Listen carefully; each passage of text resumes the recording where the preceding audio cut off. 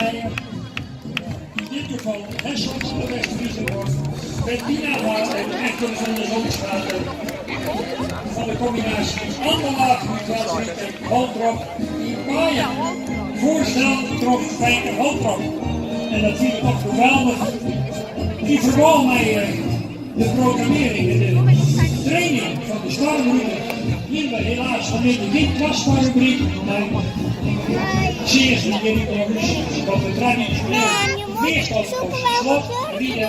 Maar we hebben hier op het programma Stijl van Wiese de Dierbriek toch dit geweldige klaver te krijgen van Fijker Holtrop.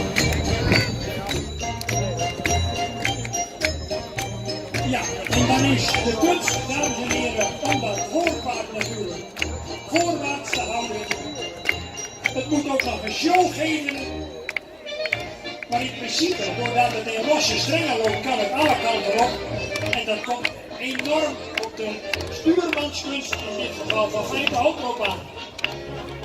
Een man die heel gedreven is, en samen ook met zijn echtgenoot Bibi en zijn dochters,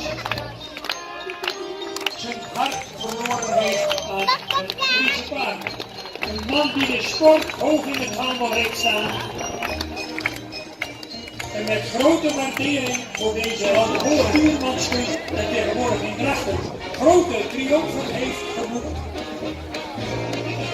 En uw applaus, dames en heren, voor deze prachtige opening en voor deze topcombinatie.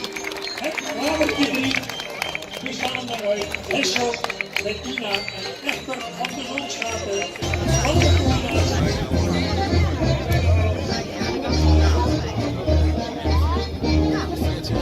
Ja, vind ik even bericht.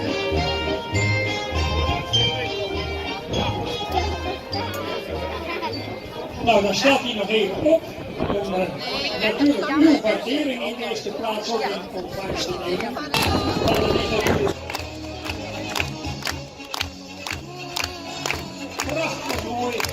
Wat een actie, met name bij dat voorpaard. Kunstig gestuurd door